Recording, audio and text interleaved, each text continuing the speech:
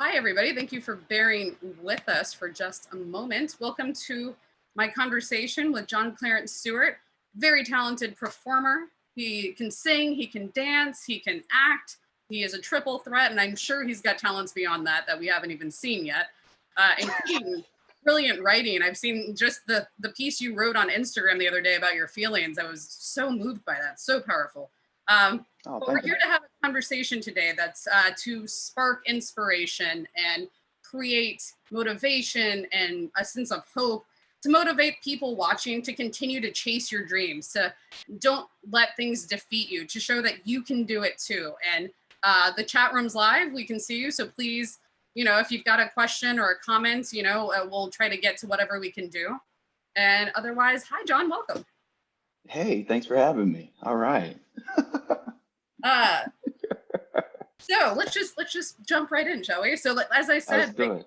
you are this triple threat, as we've now seen from Zoe's Extraordinary Playlist. Like, your vocal range blows me away. I was like, Uh, you're acting between What If, Luke Cage, whatnot, right on point. You can Thank you. dance. When did you discover your passion for the arts?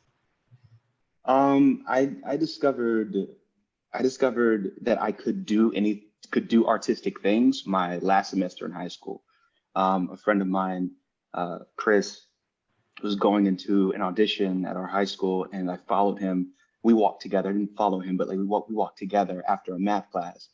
And the teacher, Coop, uh, kind of, she asked me if I sang, and I said no. And she asked me again, and I said no. And she asked me if I knew how to sing Happy Birthday, and I said yes.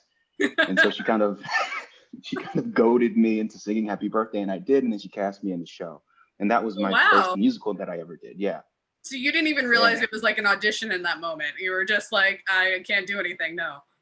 I was like, no, I was like, this is not a thing that I do. And she was like, I don't believe you. I don't believe you. And then we did the show once on this island, this musical, and in that I played Papa Gay, and that was the first role in the theater I ever did. Up until that point, I thought I was going to do football, but then uh, I didn't really grow as much. I didn't, puberty was not on my side in that respect. So I quickly found out what it looked like when people were talented at the thing and people just like really enjoyed it, which was me. And so I had to give that up. But when I did this play, I felt affirmed for the first time, and I felt seen. And I also had the choir teacher. She really encouraged me to step out of my comfort zone and sing more. And then I had a friend, Brittany, who was going to school in South Georgia. And I thought, you know, the last thing I enjoyed doing was this play. She went to that school for theater, and she told me about these auditions they were having for scholarships. And I thought, I mean, I'm not doing anything else. I might as well go and audition for a scholarship. If I get a scholarship, then I'll take it as a sign and keep doing this. And so I learned my favorite movie is Good Will Hunting. So Okay. I learned Robin Williams' monologue when he's sitting down on the bench next to Matt Damon. I learned that monologue. Nice. And yeah, this is not the most appropriate for the theater. And I did it terribly. I remember moving around the room in this, like with this chaotic energy, like I was doing Shakespeare or something. And for some reason, the teachers saw something. And one of the teachers, again, uh, Lori, I believe, asked me if I sang. And I said no. And she said, I don't believe you. And I was like, I mean, I know people who are singers. I'm not a singer. I just, I'm not a singer. Um, so then I got the smallest scholarship that they offered at Columbus State. And I went there for theater. And I was like, okay, great. But at that point, I still didn't know how to build a character. Um, I didn't know all the theory around acting. I did it because it affirmed me and it made me feel good. And also, It it sounds was like you had sort of raw talent as well that they just naturally recognized. It was yet to be molded and crafted, you know? yeah, I hear that. I hear that. Yeah, yeah, for sure. Um, and it was really I mean, acting I find that my path as an actor goes right along my path as a human being, right? They're, as an artist, they're kind of intertwined. And as an actor, what really attracted me to it when I was in college was questioning the human condition and kind of getting into people's skin whose opinions and ideas were different than mine. And this bridge of empathy that I had to build between myself and the character every time, right? Because I grew up in a very religious and dogmatic background in the church, and that was my upbringing. So when I would play these characters, I would sometimes judge the character when I read it on the page. And then while I would play the character, I started to see all of the commonalities between us. And so it broke down my judgments of the character, which also helped me in the way I live my life. And so I was at that school for 3.5 years. And my father passed away during that time. Went into a space where I was like, I was depressed. And I dropped out of school. I went back home to be with my mom, and I stayed there for, I think it was almost a year. But while I was there, one of my teachers at Columbus, she said that she could set me up with an audition at an educational theater. And I was like, okay. At that point, when I left Columbus, I was pretty much sure I wasn't going to be acting anymore. I quit. I was like, I don't want to do this anymore. I learned a lot of theory. And when it comes to the theory of acting, sometimes I can get really cerebral and it gets in the way. It takes a lot to integrate it and make it feel seamless. So I got discouraged and pretty anxious when I would be performing. And I was like, this is not the thing for me anymore. I'm going to go home and I'm going to figure out something else. And my teacher brought up it. What year was that, roughly? That was 2009. 2009. Okay. So 2009, Yeah. you're thinking this isn't for you. So what were you thinking you were going to do? I had no clue. Well, actually, here's the thing. I was considering going and doing missionary work, going and traveling to another country and staying there for 2 or 3 years and just completely immersing myself in another culture, another country, and all of this stuff. I was heavily debating doing that because I didn't want to stay in the house, and I really wanted to do something that took me out of my comfort zone, right? But this teacher of mine brought up this educational theater opportunity, and I thought, you know what, I'll audition for it because what else am I doing right now? And I need to get out of the house. So I went and I auditioned, and I got cast as this character. His name was Juan Be Healthy in this educational theater show. And then we did one called 5 to Thrive, which is about the food pyramid. And then we did one called the ABCs of Asthma. No longer use. Yeah, it's archaic now. It's all archaic. But that was my first time acting professionally and getting paid. Okay. And so I did this show. I was around other actors. And in that moment I saw, and this is a really important thing for me in my life, is surrounding myself with people who are doing what I want to do. Because when I surround myself with people who are doing what I want to do, it becomes more tangible. One of my roadblocks at Columbus was that a lot of the people that I was surrounded by, I didn't see what happened after they graduated. I didn't see that arc, that shooting off into the atmosphere and seeing this star starting to shine in the sky. I didn't see that. And I thought, well, I don't know how to get from here to a television. I don't know how to get from here to a stage, or is this even a job? Can I make a living doing this? Right. And then when I did that educational theater situation, I met these folks and I was like, oh, people actually do this and they live their lives and they have families, and it's real. And I was like, okay, great. Then I went into another school, Kennesaw. And while I was there, I devoted myself in a different way because I knew that it was a vocation, and it was a different was a different way that I applied myself then. And yeah, that was what drew me into acting, and that was why I continued doing it. And as I've continued acting, my love for storytelling has just deepened and increased. Like, I think that, you know, when it comes to acting a specific role, I love that because it expands me inside.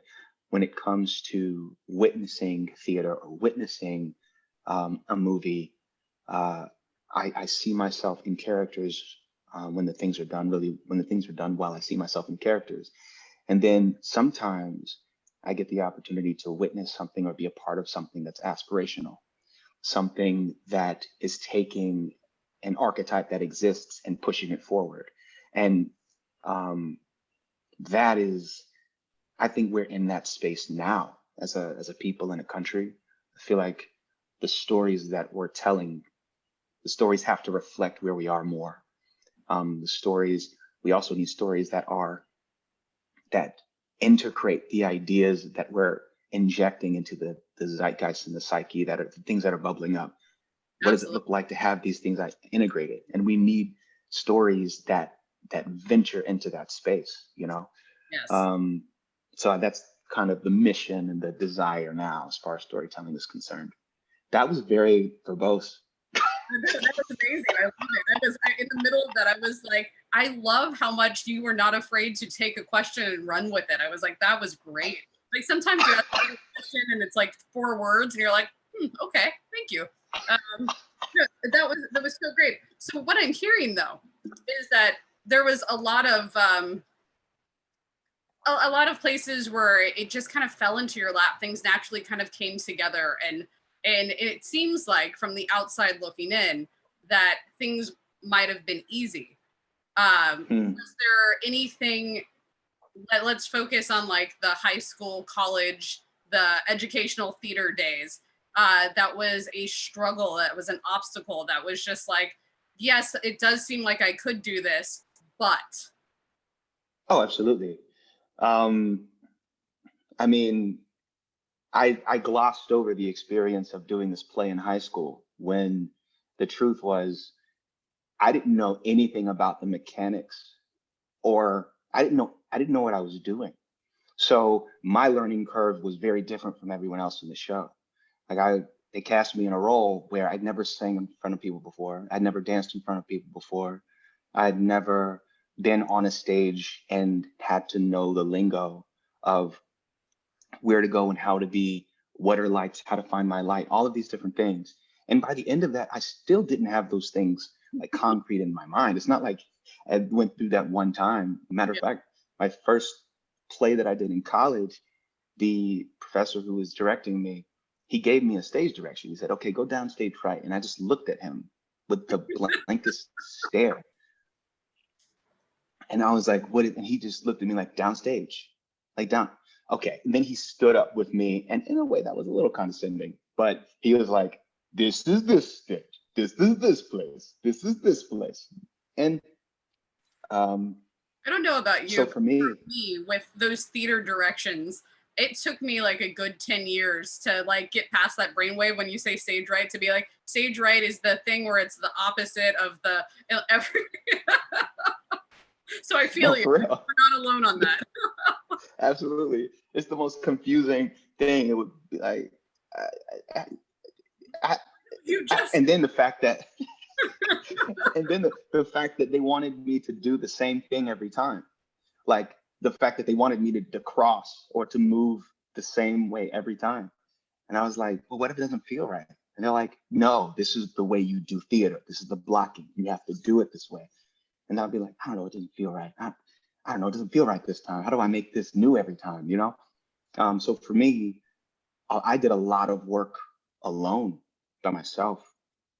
I had to do a lot of study, a lot of drilling when it came to learning lines, when it came to, I would actually go into rehearsal rooms when no one was there, um, and walk through the entire show by myself again and again and again and again and again, saying the words, trying to get it into my body, because there was no other way that I was going to be able to show up in the space and be comfortable. I couldn't do it in the allotted time because my learning curve was so steep.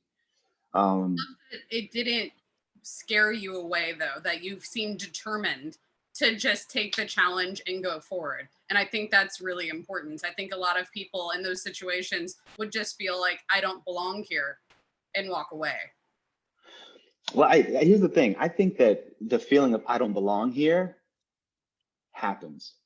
Like, I felt that. But I think courage is feeling that and deciding to keep going forward, right? Because it's not like it doesn't happen, because I felt like an imposter and still feel like an imposter quite frequently with the work that I do. Like present quite frequently? Yeah, I still feel like an imposter. That's amazing. I mean, I'm talking to you. Like, there's no reason to be jealous of me. None whatsoever. No, I'm saying, like, I'm talking to you right now, and I'm like, should I be talking to you? Should you be talking to somebody else? Like, you should probably be talking to some, like, there's still that voice, you know? And so it is an act of courage each time to step outside of my comfort zone and take up space. And I think that is, that is part of another reason why I love what I do. And honestly, there's also this sense that for me, I have to leap off the cliff. That's just the way that I'm wired. I very rarely do gradual things. I have to throw myself into a space where I don't know anything, so that I have to learn it and I have to do it. So with Zoe, same thing. Is it go big or go home? Yes. Jump off the cliff, no parachute. You have to fly, jump into the deep end. You have to figure it out. Because I know that my comfort zone is just so comfortable. If I do something gradual, I will inevitably go back into my comfort zone, right? I have to do that. And everyone's wired differently. Some people are able to do it in a more gradual way. When you get outside your comfort zone, that's where the magic happens. I would agree with that. Everything that's good that's ever happened in my life has happened outside of my comfort zone. Mm-hmm. So, yeah. Amazing. Yeah. So from education to moving into the film and TV realm, what were those steps? What happened there? Well, it was education, then it was theater, and then it was TV and film. So education was all theater based. And then I ended up auditioning for a play at the Alliance Theater, which is my home theater in Atlanta. And I auditioned for a play there. I got cast in, backtrack, someone dropped out of A Christmas Carol like 2 days before they went into tech, which is right before opening. And the casting director reached out to me and asked me if I would take over a role. And I said yes, which meant that once again, the learning curve was super steep and I had to just figure it out. And so I did that. But after I did that, I auditioned for other shows and I did a few shows with them. While I was there, I had the opportunity to audition for a show at the Actors Theater of Louisville in Kentucky. And it's a marvelous place. And I auditioned for the Humana Festival, which was incredible. And I did a play there. And while I was doing this play, casting directors and agents and managers came. And it was also another moment where I was out of my comfort zone. One, up until that point, the pinnacle of what I wanted to do was to work in the theater in Atlanta. That was the pinnacle, because I hadn't experienced tangibly anything else. And then I went to, when I went to the Actors Theater of Louisville, I met actors and directors and different people from all over the country. And that expanded me even more. It made New York seem tangible. it made Los Angeles seem tangible because these people were in front of me, were talking, and they were doing work right alongside me. And I didn't see myself as separate from them. I was like, oh, we're all creatives. We're all just storytellers. Okay, there's nothing that's different from me and me from them. Great. And I met a assistant casting director, John Ort, who was there, and he was really insistent that I take a trip up to New York. And I thought, okay, I mean, okay, I don't know what else I'm going to do. And so I decided to take a trip up to New York. Now, at this point, there was a friend of mine at the Kennedy Center, and I did a workshop of a play right after Louisville. And he asked me what I was up to next. And I said, I think the next move is to go to New York and like take meetings or something like that. That's what they say. And he said, well, how are you going to get there? And I thought, honestly, I don't know. I don't know how that's going to happen, but I know that's the next step. And this is something that I want to spend a moment here, because this is a moment where a lot of times have felt like I had to have it all together. I had to have the answers. I had to know things. I had to, and all of that was ego that getting in my way from asking for help, from being vulnerable about saying that I don't know. And when I get out of my own way and I communicate where I actually am, a lot of times I find that there are people around me who are more than happy and willing to fill in the gaps, because I'm not fronting. I'm not acting like I have it together. And so I was talking to this gentleman, and I told him what the deal was. And he said, on my way out of the Kennedy Center, he said, find a flight to New York. And I was like, he just said, find a flight. We'll figure it out. And I was like, are you sure? Like, are you sure? He was like, yeah, find a flight. And so they got me a flight to New York, and I didn't know where I was going to stay. I slept on a friend's couch, and I went and met representatives and stuff. And when I came back to Atlanta, I still hadn't signed with people yet. And yeah, about a year later, like 8 months to a year later, I moved to New York, and I had some reps. And What year was that you moved? I think that was 2014, 2015. So about 2 years after you thought this wasn't for you and I'm going to do missionary work. Yes. Yeah, it's kind of, yeah, right. It's a little wild when I think about it. But it's, I thought I was going to go to New York and things were going to be easy. I was wrong. This is where you got the big life lessons. Oh yeah. Oh yeah. Oh yeah. In New York, I found that I found that I had to prioritize building my life. Well-being became something that I had to get acquainted with. This idea of what does it look like to take care of myself? What does it look like to take care of like my heart? What does it look like to set your own make boundaries. sure set my own boundaries, say no. Mm-hmm. What does it look like when I don't say no and I'm overextended and I can't show up for people and for opportunities in the way that I want to, going to auditions and not being prepared, and what are the ramifications of that?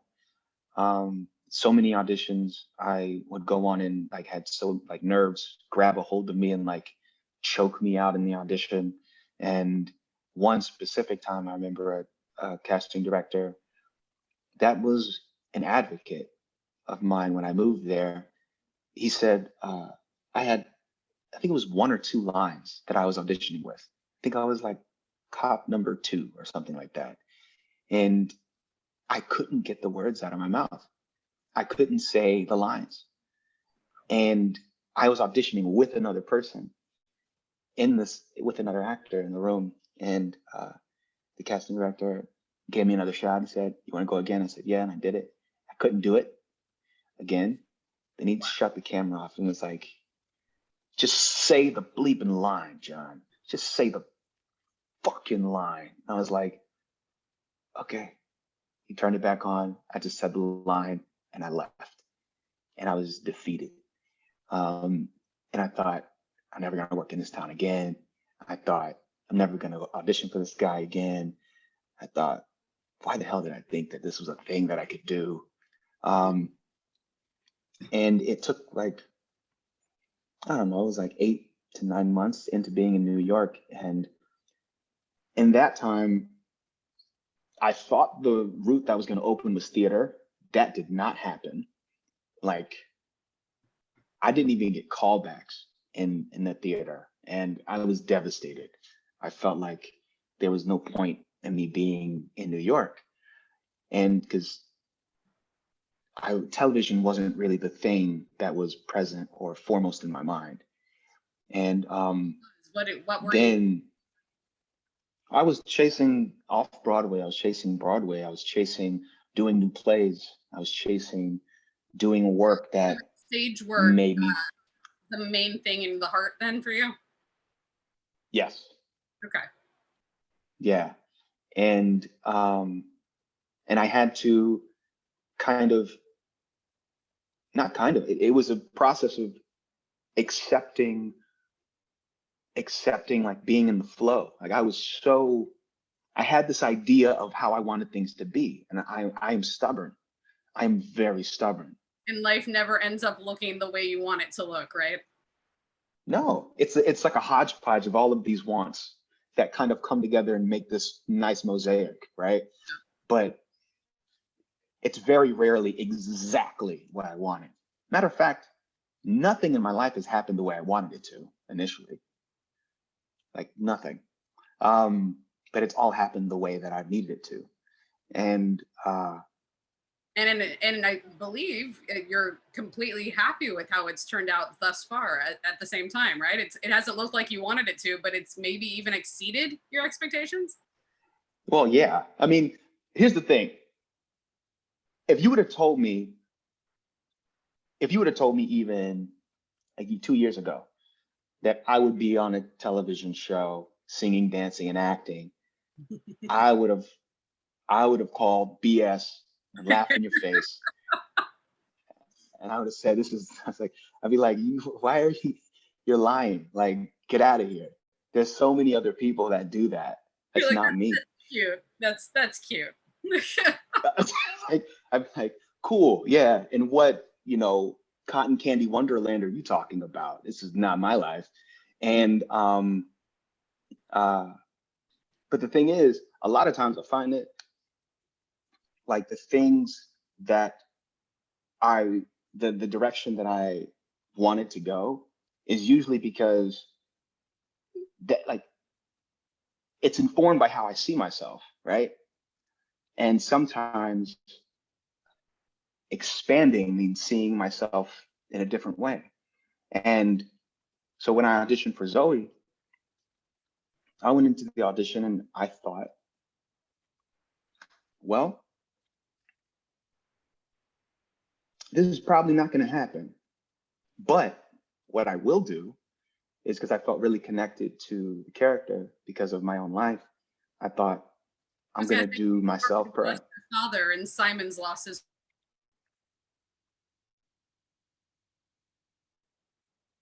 It's not even acting at that point. It's just pulling from what you already experienced, which is part of acting.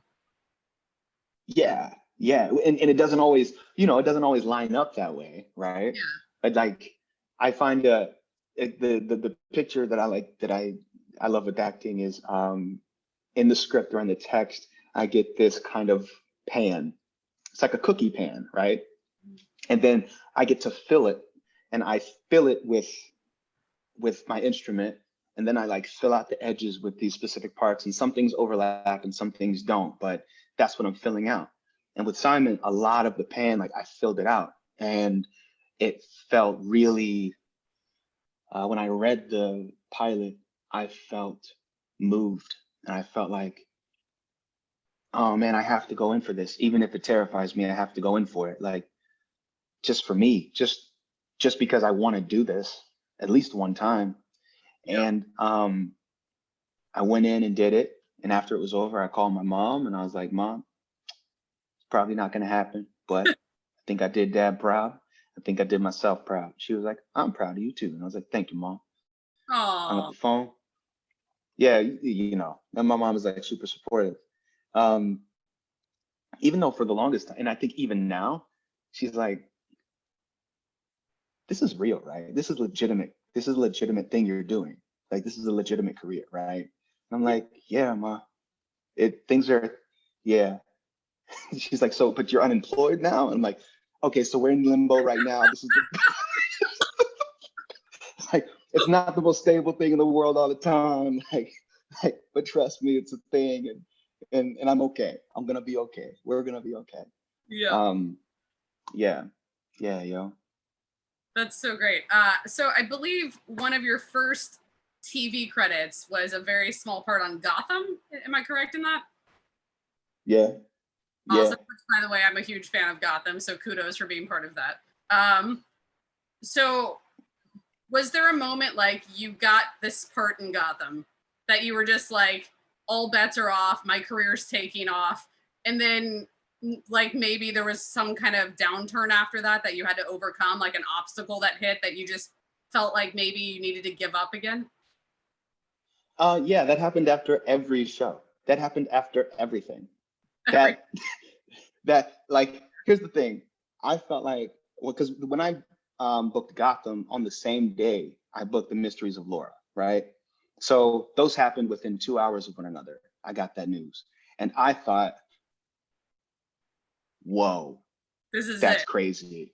This is it. Like, this is momentum. If people are talking about momentum and all of that, like, this is happening.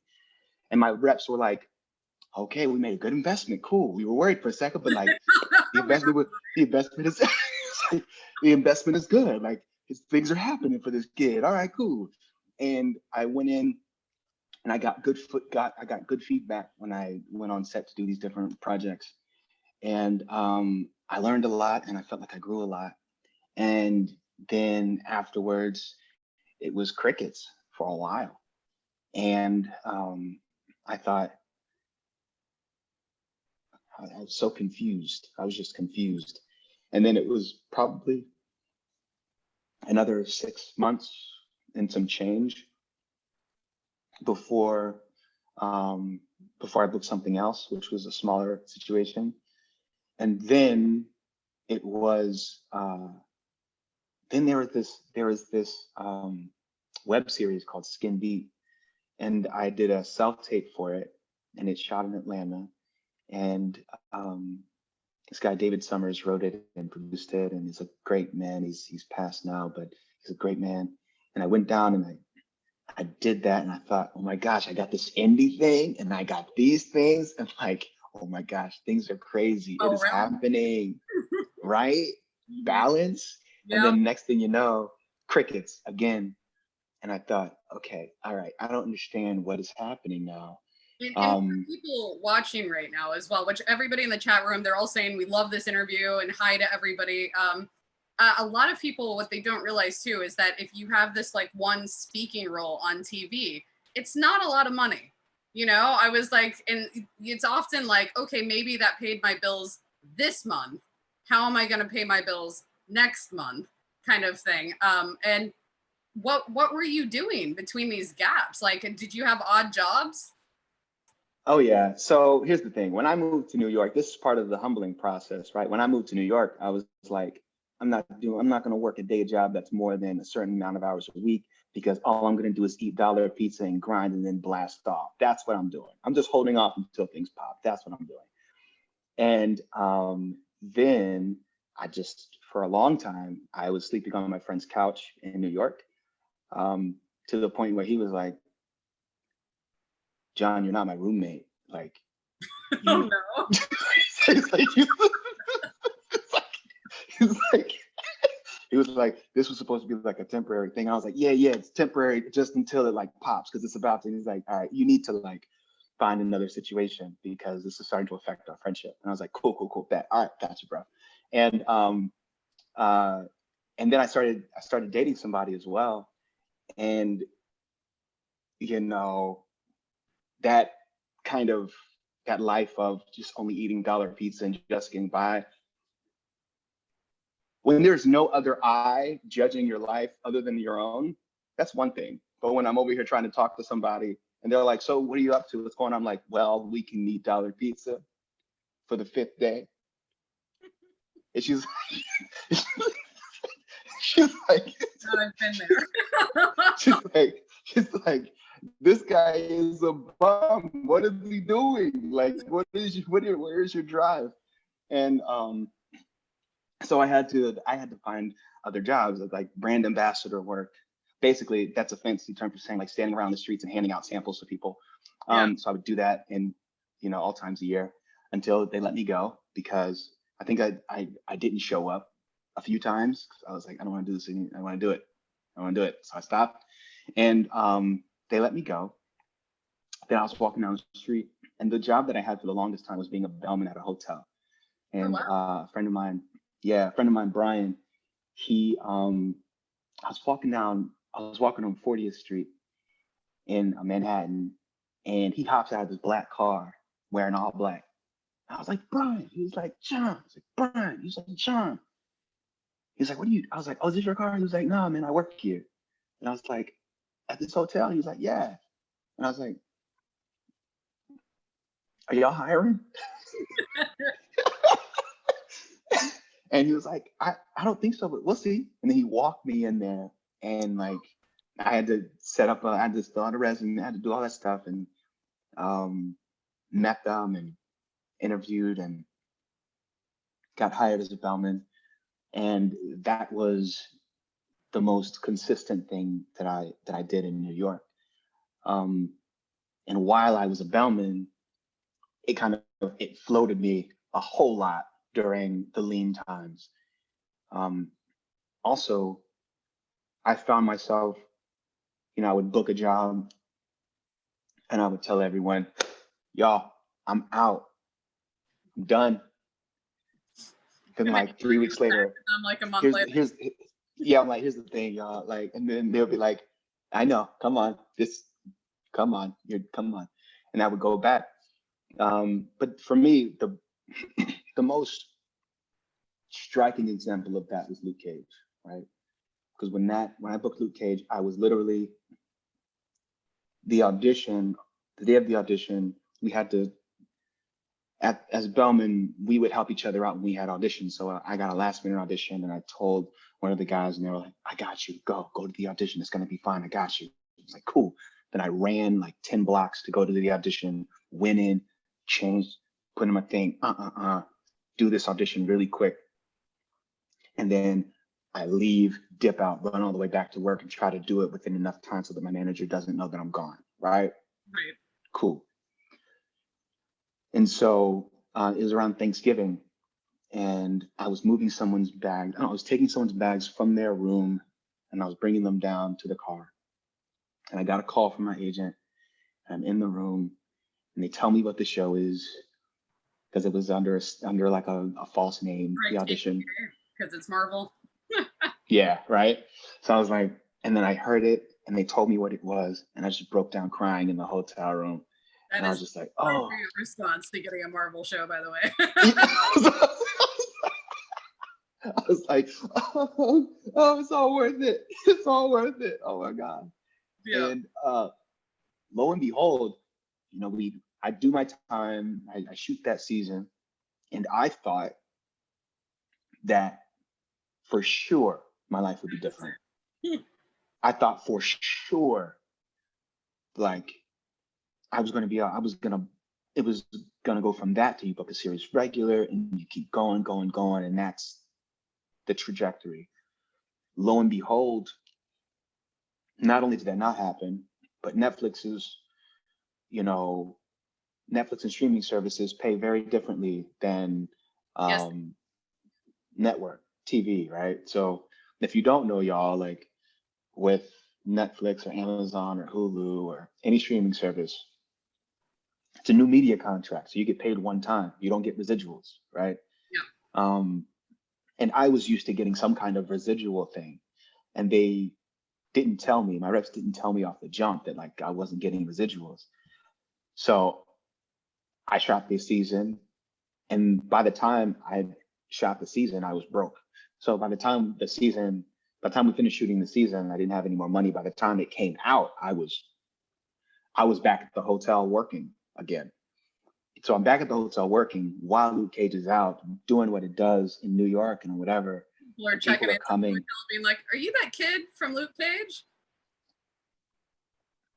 Exactly. Talk about humbling. They're like, oh, or someone walk down the street and be like, oh, you bad. And then I'm over here like carrying someone's luggage and like putting it into this car. And they're like, why are you doing what? Aren't you like? I was like, no, I'm a working actor. I'm a Yeah. working actor. This And is that's part what of it. This a is lot of part of the people life.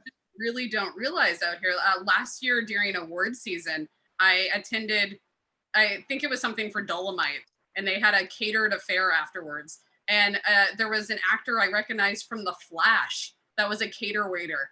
And I was just like, you're on The Flash. Like, what are you doing? You know, and like, that's how it is. People think like once you are on TV that you are set, and it's not necessarily the case. Yes, it is not necessarily the case at all. Matter of fact, um, unless you are, everybody has their different jobs that they do, right? Um, but a lot of times actors have diversified their portfolio or their income so much that like while they're acting in this, they're promoting this or working on that. So it's not all acting income. That is income coming from everywhere. absolutely right. So that was, needless to say, very humbling. And uh, it let me know that that the that perception isn't reality in a lot of ways. And it also it can really get to it can start to affect the idea of my worth.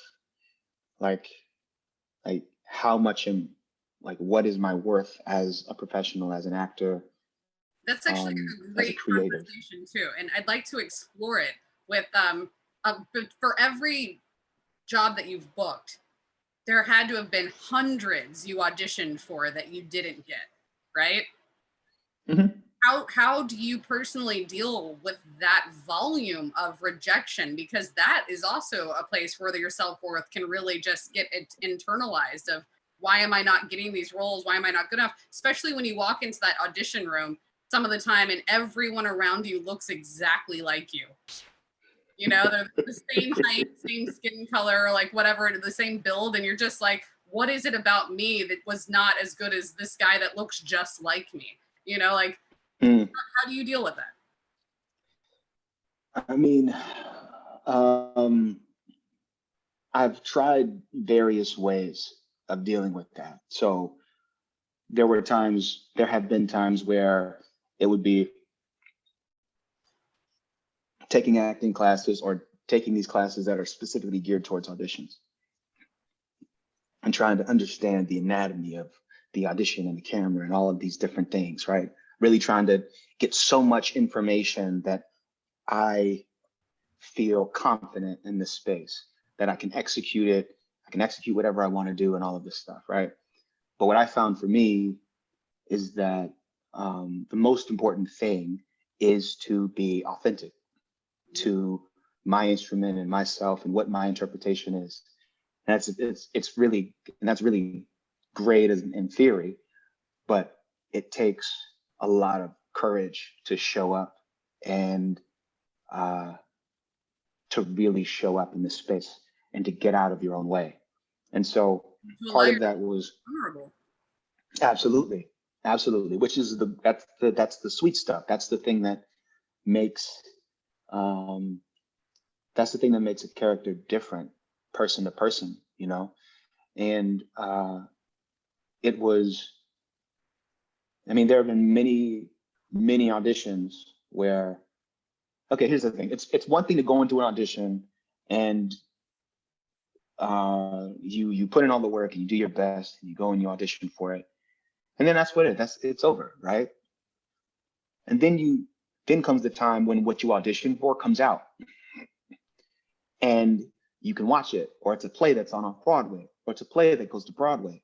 And you're seeing all of these things that weren't for you, you know, and that can weigh. But what I've found is that what is for me, and I've had people tell me this before, but it is a consistent thing that I have to continue reminding myself that what is for me, and it won't pass me by. So I have to keep showing up. And if I keep showing up, then I'm available to step into what is right for me. And fortunately, with like, you know, after the second season of Luke Cage came out, there was another drought, and it was pretty rough. And life was tumultuous at that time as well. And it was this What If show that came out of nowhere. That was a self-tape that I got the audition notice at like 5 p.m. and they needed it in by the next day. And I read it and I thought, I know this guy. I know this. Because parts of the audition were very close to what I had just lived through with an ex-partner of mine. And so I was like, oh wow, oh geez, this is crazy. This is crazy. How is this? And I was like, okay. So I did it. And fortunately, I was with a friend of mine and she put me on tape. And I put it on tape one time. And then I was gonna do it again. And she said, I think you already got it. And I was like, no, I gotta do it again. And I did it again and I did it again. And she was like, I think you need to stop. I think you just need to trust yourself. Like, get out of your way, trust what you did. You're enough. And this undergirding truth of like, this is my interpretation. Like, this is my interpretation of the material. If you don't want that, that's cool. You'll find someone else in their interpretation. But it doesn't do me any good to try to figure out what your interpretation is and give you that, because then I rob you of my interpretation. Yeah, yo. And like you just said, what is for me is for me. I liked it so much, I wrote it down as a reminder to myself. What is for me is for me. I need to remember that. Like, yeah. Y'all heard that. I will say, I don't know who said it first. It was not me. I you know who said it first. But if you're watching and you know who said it first, credit them.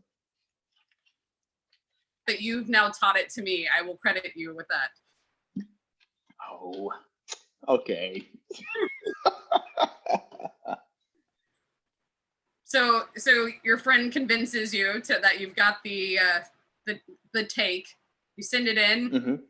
And it sounds like the next day you found out, or they just needed it the next day. It was so I sent it in, and the way that the story actually goes is I was broke in New York at that time. I was crashing with a friend. She helped me put it on tape. And the next day, I got into this space around that time where I thought, okay, TV is the thing. TV is the way I want this to go. I want this to look like this. So the same thing that I did when I came to New York, when I was like, I want it to be theater and only that. By this time, I was like, I wanted to be TV and only that. And I was a reader for an audition. And the director became a good friend of mine. And he reflected something back to me. He said, you have there's all this no around you right now. Because he asked me if I would come in for the play. And I was like, I don't do plays right now. I'm not doing plays. And he was like, okay, dick. Like, it was okay, like whatever. And then he asked me again if I would audition for the play. And I was like, no, man, I'm not doing that. And he was like, okay, cool. And he was like, you want to get coffee? And we went out and got coffee, had a great conversation. He said, I'm going to do this one last time. we auditioned for the play. And I was like, okay, fine. And uh, in that last meeting, one thing he told me, he said, you know, you have you're closing down all of this flow. You're closing down all of this opportunity because you want things to happen in this very specific way. Hmm. And he asked me, he said, why did you start acting to begin with? Why? I was like, I believe in the power of storytelling, and I told him all the stuff, and he was like, so then none of that has to do with like not doing plays. And I was like, touche, touche. This is a point well placed, sir. Yes. And so I went in and I auditioned for the play, and it went really well, which was good for me and my self-esteem. Like I needed that experience. I needed to go in to an audition and do myself proud, right? And I didn't end up booking the role. Um, and after he told me that I didn't get it, I was so confused, Hmm. like at the universe. I was like, so then why did I do that? If I didn't book it?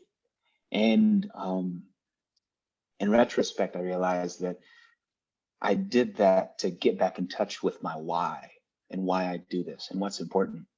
So that was that process. Because it's easy to get caught in the commerce of everything and forget the heart of it for the Hmm. artist, The root right? cause. Absolutely. And so I I around this time, what if a friend of mine, York, is a playwright, and he's been developing this play for like 4 years. It was actually one of the first readings of a play that I did when I moved to New York.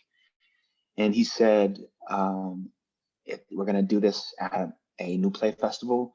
We're going to develop it further. And I'd love to have you be a part of it because I've been writing this role and I've been thinking about you and all this stuff. And if he had asked me a year prior, I would have said, no, I'm sorry, I can't. Like, I need things to happen this way. And I'm not leaving the city because da da.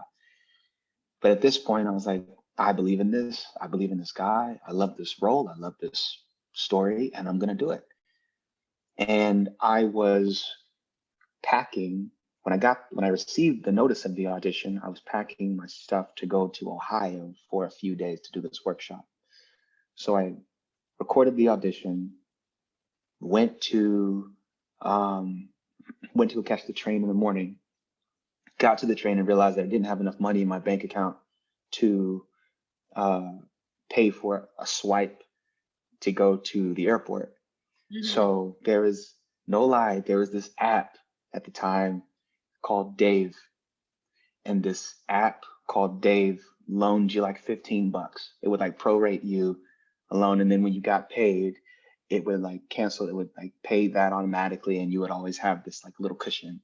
So I applied for the app, and this is another thing.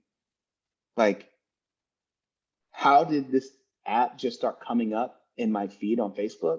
Right. Technology, because it knows I'm broke, right? Mhm. Um, yeah. So uh, details. Anyway, I download Dave. The I go social to a media corner. conspiracy that we don't want to admit is there. Yeah, no, yeah. What are you talking about? Yeah, it's not a thing. No. Um, so I go to this corner store and I buy a little bottle of Scope mouthwash so I can get some money back. I get on the train, I get on the plane, I go to Ohio for the play festival. I show up, still don't have any money. I go to the hotel. They have like a goodie basket there full of candy. I eat all of it because I'm hungry as hell. I go to the first day of this festival, meet everybody. I'm hungry again. I don't have any money. They end up feeding us, but we all stay out really late, and everyone wants to go get Wendy's really late at night, like 2 or 3 a.m. Once again, to reiterate, I'm broke. So I'm going to Wendy's with all these folks, and they're like, man, we about to grub. And I'm like, I don't know what I'm going to do, but we'll figure this out. You're like $1 frosty. All right. What, Yeah. hey, yo. But then the guy at the Wendy's randomly, well, they wouldn't let us walk through the drive through because the inside was closed. So this guy It's a thing. decided that, huh? Well, you can't walk through a drive-through. I learned that the hard way. It's garbage, man. I don't understand. Like, what boundaries are you trying to enforce? Stop it. It's not Yeah. worth it. Yeah. But this guy decided to go through the drive-through on our behalf and bought us all food. And yeah, and the next day I got a call from my agent, and they said that they like the tape and they're gonna move it forward for what if. And I was like, oh, that's great, right? And they're like, yeah, it's great. They send it forward. They said, John, they may want you to fly out to LA to test. And I told them, I said, I is there a way that they can continue deliberating without me flying out? Because I'm committed to doing this play here with my friend, and I don't want to leave him in the lurch. So I'd really like to make good on my commitment here. And they were like, what? Okay, sure. Like what? And they decided to take the tape that I sent in, and they forwarded that, as opposed to me flying out to LA and testing. So they forwarded the tape. And the next day I got a call. They said that the showrunner wanted to talk to me, and we had a conversation, and I was stressed out about it. I thought I need to put on a suit and a tie or a button up and something. And then I thought, nah, I had on this tank top and I meditated outside for a second. And I came in and I was like, it's going to be what it is. And I'm just going to be me. And I talked to him, and it was a really beautiful, authentic conversation. And I was like it's important how I show up in these spaces, right? Yes. It's important that I show up authentically and with the vulnerability and open. And that, like, the next day I got the call that it was a go. So by the end of the time at that workshop, I found out that I'd be moving to LA to shoot this show. And I was like, Amazing. Jeepers. What I flipping really wild. love about this story too is that you went to Ohio for a workshop to take daily action towards your dream, your career goals, with no money and just blind faith that I can go and do this and something will work itself out. And like you ate a bunch of candy and didn't know if you were going to eat again for the rest of the weekend, and then somebody bought you Wendy's, and you still did it. And it's one of the things I love to encourage people is that every day you should take daily action. Even the smallest pebble will create that ripple towards getting you closer to that dream. And I think that's an excellent fear of financial insecurity in that moment stop you from going and doing this thing. And then look what came out of it. Absolutely. Absolutely. I love that is something that's like a cornerstone in what you speak to folks, because very rarely is everything all together and set up and perfect before you take the steps. It's very rare that that's the case. Yes. Usually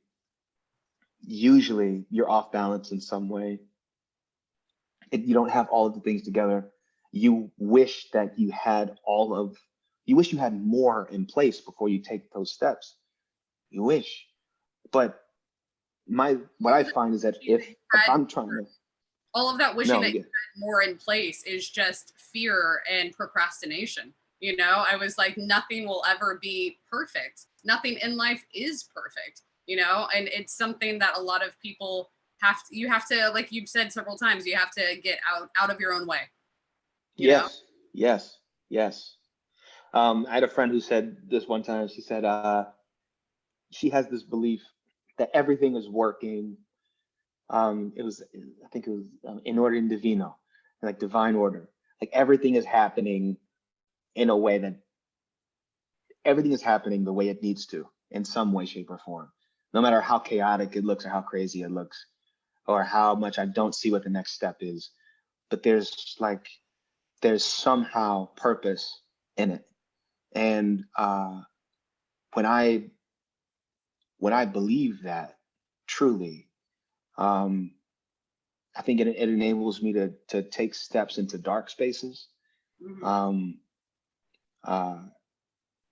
And, I think that we're in a place, like I think we're in a place in the world, and a lot of times in our creative individual micro worlds, we're in those places as well, where we take steps, sometimes many steps, into spaces that feel really dark, because that it's just uncertainty, and it's just a whole lot of uncertainty and a lot of questions and no answers. Um, but everything is building towards whatever it is. Um, and even if you have a direction and the direction ends up changing, that movement is forward movement. That Mhm. movement that's active. And It's a it's lot also of ways. It's important to define when we say daily action too, that daily action does not have to be like a giant bit of action. Like if you're trying to be an actor and you think, oh, well, I have to move to Los Angeles and like I can't do anything till that happens. The simplest thing you can do today is work on your craft, and that's still taking daily action. Read a new play and see how it moves you. Make a list of the characters you would love to play one day. Just the hmm smallest little thing. Even like watching a new TV show, it's still studying your craft. I was like the smallest thing will continue that ripple. I just wanted to emphasize that for people that are watching too. Um, I agree with that. that's awesome. It's also I knew that this had to be part of your story because I know how Netflix pays. I know a lot of actors and stuff like that, but it's still flooring to know that you went from Luke Cage to like I'm doing a workshop and I can't afford, you know. Um, a lot of people would just be like, but you're a Marvel character, like you're a superhero, man. What are you talking about? Not that you played a superhero, but everything No, to me is a superhero. no, yeah, I hear you. But it makes everything so human and so real, and I love that this is part of your story. So then you moved to LA for What If. hmm What's the time between shooting What If and getting Zoe's? Well, we wrapped What If, and then we were going into pilot season. I think we wrapped in December, and then it was January, February, moving into pilot season around that time. And things were starting to move pilot wise, just auditioning. And Jane, who played the lead on What If, who also plays Zoe and Zoe, we all went out. A bunch of the cast went out. We were gonna go to like oil can Harry's or something like that and do some line dancing or something. And normally I don't go out. Like I spend a lot of time at home alone. But for some reason, everyone was going out this night. And I was like, you know what, John, just don't be antisocial. Go, have a good time. So I went out, and Oil Can Harry's was closed. And then we all ended up going to this bar and chilling and talking for a while. And while we were there, Jane talked about this new show that she was working on. Um, it was just updates on everybody and what they're doing, and that came up. And then she said that they're trying to find this character, and Sommer, who's an incredible actor, he's in What If, and he was just in the series Run on HBO as well. But Simon was like, John, don't you sing? And I mentioned it in passing one day on set. He's like, don't you sing? And I was like, yeah. And I think that was one of the first times that someone, you know, not maybe one of the first times, but like But for that you. me to be in a conversation like that and just to own it, Mhm. it was like, yeah. And then Jane was like, you sing? I was like, yeah. And she was like, huh. And she wrote something in her phone, and the conversation continued. Next day, she sends me a text and says, she threw my name in a hat. I said, thank you. I appreciate it. Um, and uh, then my agent reached out and asked me, they said, John, do you sing? I was like, yeah. They're like, Like that you had to question that. Wait, this thing that maybe you sing is. I was like, yeah. They were like, oh, okay. Well, you're going to have an audition coming. I was like, okay, cool. And I got the audition and I read it, and I wept at the pilot. And I was like, this feels, I know this guy, like I have to go in and do this. I have to at least try. And a lot of times I would get in my own way and try to sing differently. Like I would try to, I'd be like, okay, this is musical theater kind of thing. So I'm going to try to do this in this kind of way. And I just thought, oh man, what feels right? What is like, how do I bring this into me? How do I? And so I went into the first audition. I was dating someone in New York at the time. So I went into the audition and I leave, call my mom. It's not going to happen. Cool. I go, I pick up my bag because I'm going to get on a plane and go to New York that night to go see her for a little bit. I go, I get on the plane. We're on the tarmac at Burbank Airport. And then I get a call from my manager and she's like, they want to see you again. And I was like for real, for real. She's like, yeah. Like, so I shouldn't go to New York right now. She said, no. I was like, okay. So I took off the seatbelt and I told the stewardess, I said, I have an emergency. I need to get off the plane. As I would stand up and start like moving off the plane. That's like a movie moment. It was pretty weird. It was pretty crazy. I'm not gonna lie. It was pretty surreal. But the point was, like, I'm not gonna get back in time if I fly. So I said I had an emergency, and then like had an escort, and they escorted me, and my bag went to New York, and they escorted me back, and I stayed at my friend's house, who was generous enough to let me stay there. And they gave me some notes. They said, can you shave your beard down? One, can you shave it down some? Because I look like a mountain man, like worse than now. Like it was like a lot. And you do not look like a mountain man right now. Like, I appreciate that, but like it was a lot. So I shaved my beard down. They said, and could he wear a suit? Because when I went into the audition, I had on my boots, my skinny jeans, my denim jacket. Like, You look hipster cool, huh? I was like, look, man, I'm gonna be myself and show up in this space. And if this works, it works. If it doesn't, that's cool. I'm not gonna stress about it. I'm just what makes me feel comfortable. But they needed time in the executive the next time. Yes. And so I borrow a friend's suit. I stay at a friend's house. And this is another thing, accepting help from people, like opening up, expanding, accepting help, which is something I struggle very much with, accepting that kind of generosity. But they were kind enough to do so. I learned the song, Mad World, for the final test. Learned the song Mad World, and I learned the song Sex on Fire by the Kings of Leon. Nice. And yeah. Yeah.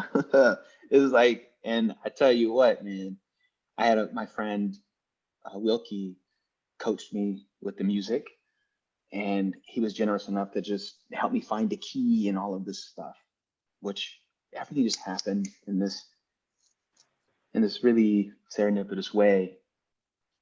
Also, because if I had not called and said, hey, I need help, there would not have been an opportunity for them to go, what's up? Yeah, like, what do you need? And so I went into the audition. I did my thing. I met with Austin, the showrunner, before the audition, and we just had a really vulnerable conversation about life and why he wrote the show, which was to his father, and why I was connected to the show in my gut, which is my pops. And we talked for it felt like 30 minutes. I don't know if it was actually that long, but it felt like 30 minutes before the test. Mm-hmm. Then I went in, did the test. The one thing that I remember about that audition was when I was singing the songs, I sang Sex on Fire by the Kings of Leon first, and then I was going to sing Mad World. And there was a specific emotional space. There was a specific space I wanted to be in when I sang it. And I was having trouble getting there when I was around everyone. And I remember being there and going up on a line of the song and stopping. And it's just quiet. And I'm like, and I think I either stood up, I stood up, And they said, do you need the words? And I was like, no, I'm fine. And then I started it again. But the thing that it was my time. Like it was my time in that room, and there was something that I needed to do. And I took this space to do the thing that I needed to do, to drop in. And I dropped in and I told the truth. I think that's the big thing, is just like, what do I need to do to tell the truth? It's not an ego thing. What do I need to do to drop in and tell the truth? And if I'm going to do this, I want to do it from this honest space. I don't want to, because so many times I'll do an audition and I'll go all the way through it. I'll start saying the words and I'll be not where it won't be connected. And I panic. And the next thing you know, the audition's over. And I'm like, bye guys. And I leave. As opposed to starting and then being like, no, I'm going to take it back, and taking it back and doing it. Because honestly, in a lot of ways, once you make it through it, the whole audition one time, who's to say you're going to get another opportunity to go back and do it again, you know? I also think that's a really inspiring story for people that are out here auditioning, that you can still get the part for stopping and dropping back in and restarting. Like, I think a lot of people just immediately go, oh, I failed, you know? Some people do, and they take it quite hard on themselves that they have to just hit it in that first time. So I think that's beautiful. Well, I love that you said that. That's so real. I mean, here's the thing. The majority of the things that, like when Mysteries of Lore happened, I went into audition for one role. They asked me to read for a different role there. I went out, looked over it. I was like, well, I don't really have time to do anything other than be myself. And they were like, are you ready? I was like, oh yeah, sure. Went in, did it. And I'm on book, off book, kind of talking and communicating, whatever. And I don't even remember what I did, but it happened. Mm-hmm. And yeah. So I don't know why I said that. I think that is just, I think that it's needed to be said in the moment. That's okay. I want to ask like one more question that I think will get you on a roll, and then some like quick fire stuff to like wrap this up a little bit. Since we've been on for like an hour, but I mean, I will talk to you all day if you wanted. But so let's talk honesty, authentic in this moment right now. So now you've done Luke Cage, you've done What If. Zoe's just finished airing its first season like about a month and a half ago. Do you feel like you've made it now? Or are you going back to that Bellman job soon? Well, I can't go back to the Bellman job because obviously a different city, but yeah, in New York, yeah. Do I feel like I've made it? No, I can't say that. I can't say I feel like I've made it. I feel like I've done myself proud. I've done a lot of things that I didn't think I could do, but now I'm in this space. It's like the vision is expanding again. Like the idea of what I want to do in this world, in this industry, is expanding. And so sometimes, in some ways, I feel like I'm back at square one. In some ways, I do, because now there's a part of me that thinks, I'm like, okay, so I'm an actor, yes. What does it look like to produce? What does it look like to write? What does it look like to be the vessel? What does it look like to birth the story myself? What are the things that I want to say? Who are the people that I know whose stories that I value and I believe in? Because I know a lot of brilliant people who have written some incredible things that I think need to be in the world. And, you know, as I'm in this process of being in Zoe's and watching the producers work and the director work and showrunner work and all of this stuff, I look at the entirety of the thing and take a step back and I go, okay, so what needs to happen for the creators to see their idea come to fruition in a way that doesn't compromise it, in a way that remains that maintains the integrity, the sinew of the thing, you know? And that so you're still learning, which is great. Oh, absolutely. Absolutely. So yeah, I feel like I'm back at square one in a Mhm. lot of ways. And also, no lie, Zoe's, we just finished the episode, the season just aired. And just so all of you know that are watching, here's the thing, the show airs and you still have to get a call about a second season to see if that's a thing. If you don't get a call about the second season, um, then you are looking for work elsewhere and you're auditioning again, or sometimes there's people that get Literally offers for things. square one of auditioning again and hoping to get a spot in another show. Yeah. Absolutely. Absolutely. Um, I mean, you yeah. might not be eating candy that comes in a basket now, you might be able to afford a loaf of bread at Whole Foods. I was like, but you're still starting over. Yeah. Yeah. Yeah. True. Yay for the whole foods loaf of bread, though. Yes. Right? You got to celebrate the Yes. victories. Like you really do. Come Like on. every step forward is another part of your dream. And it sounds like you might want to write or produce or direct in the future, which, so, like you're just getting started. Like you put Yeah. your foot into the acting pool and then you got mind blown at watching everybody on set. Like, what does your job do? What do you do? Can I do that? Is there a story I can bring into this? Awesome. That's inspiring. Oh, well, I'm glad. I'm glad to hear that. It's inspired me. Like, I mean, we are like we need. I think we all have stories, right? We when we get down to the specifics of our lives. Well, one, I think it's very easy for all of us to go, yeah, but what makes my story worthwhile? Why is why does my story matter? You know, there's that feeling. At least I've felt that feeling for a long time.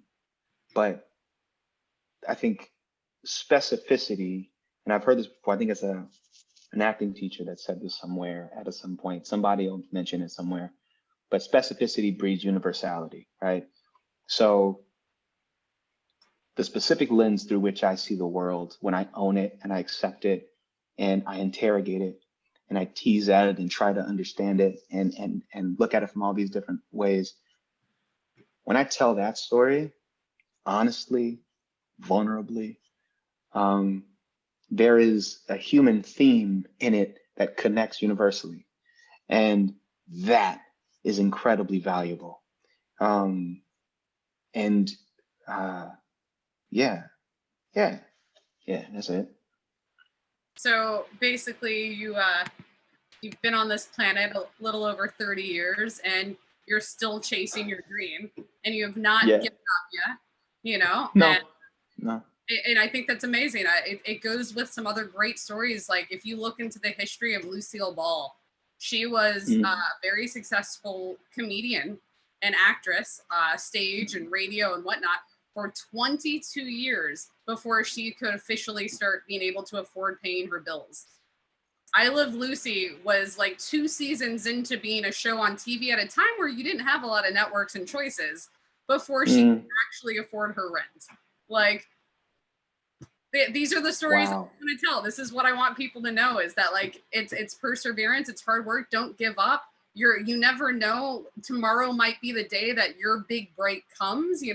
Usually I find when you're about ready to give up, that's when something beautiful happens. As long as you keep that daily action. Um, Absolutely. to go back to the chat room for a minute, we had somebody ask, "What is your favorite TV role that you have done?"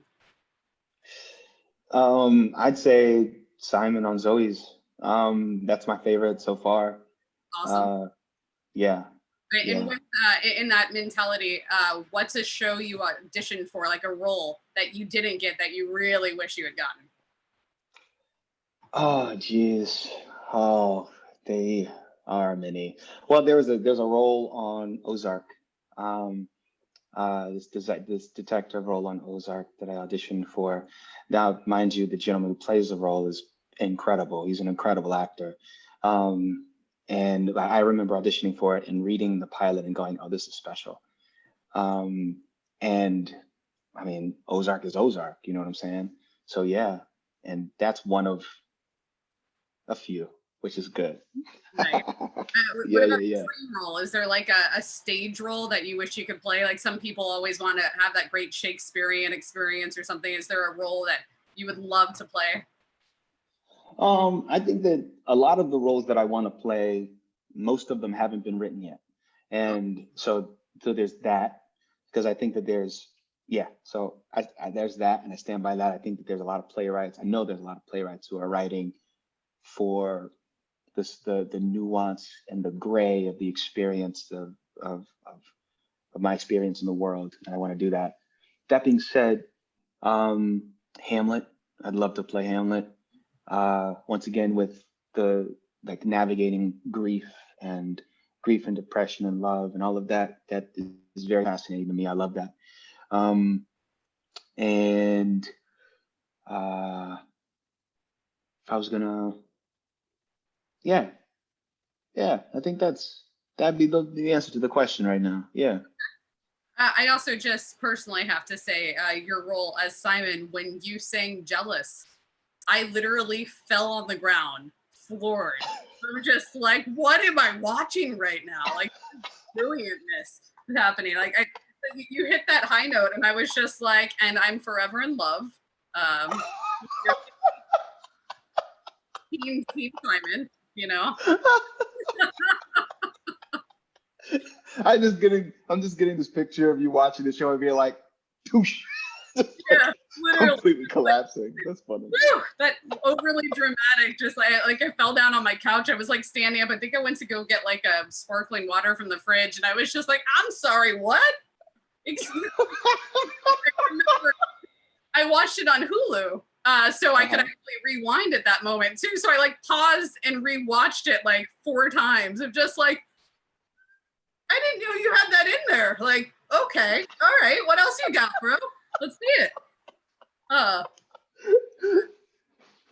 So good. Well, thank you. I appreciate that, yo. I appreciate that. Well, John, you were welcome to come back and have a conversation about anything and everything anytime you would like to. Thank you so much for joining me today. Of course. Thank you for having me. I'd love to come back. Yes. Yes, and I love hearing your story and what you've overcome, and I'm sure there's even more to it. You know, like personally, I have high functioning depression. I was like, which looks very different than most depression people. It means that I am still get out of bed every day and I go to work and I fully function, but like my mental space is usually like a wreck. So I love telling these stories because you never know what someone's going through. And I feel like the world needs a little bit more of that awareness right now. Absolutely. You know? I agree with that. Totally.